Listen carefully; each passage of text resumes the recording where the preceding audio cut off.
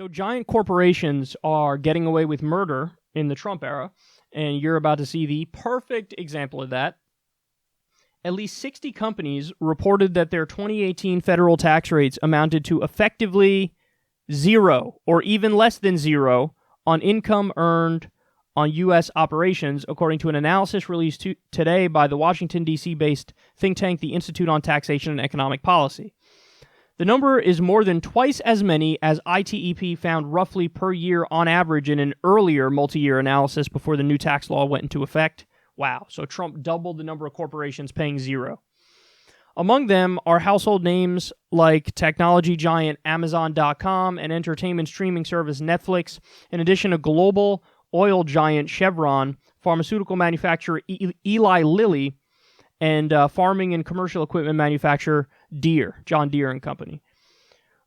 So on $79 billion in U.S. pre-tax income, these companies got away with dodging over $16 billion in taxes and blowing about a $20 billion hole in the deficit. So double the number of companies are paying zero in taxes now under Trump's new tax law compared to what it was before. It was already bad before. Now it's double.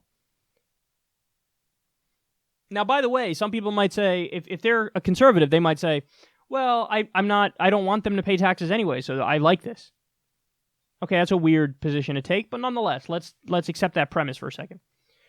Well, in 1952, the corporate tax accounted for 33% of all federal revenue. Today, and actually to be fair, it's like 2 or 3 years ago, just when this data came out. Even though there are record-breaking corporate profits right now, corporate taxes only make up 9% of federal tax revenue. So in 1952, it was 33% of federal tax revenue came from corporations. Today, it's less than 9%. Now, who do you think makes up that difference? Answer: regular people, middle-class people. Donald Trump's tax bill, 80% of the benefits went to the top 1% over a decade. All the tax relief for regular people is temporary. The tax relief for corporations and the rich is permanent. So this was a scam the entire time. And by the way, a lot of people, what they'll notice is they may have paid less in taxes up front, but then at the end of the year when they had to file, they ended up paying more than they would usually pay. So they're screwing you, and they're doing it to serve corporations and the rich. And this is a perfect example of it right here. I mean, really, should Amazon pay zero in taxes when they make billions?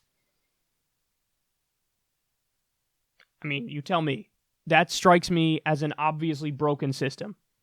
When you have working people paying their taxes, and sometimes they struggle to pay their taxes, but you have giant corporations dodging taxes, getting away with it, blowing a hole in the deficit, and also just shying away from accountability, where we need to get back to a place where that number's about the same as it was in 1952. Can you imagine if 35% of all federal tax revenue came from corporations? That would take a giant burden off of regular people, and that's how it should be.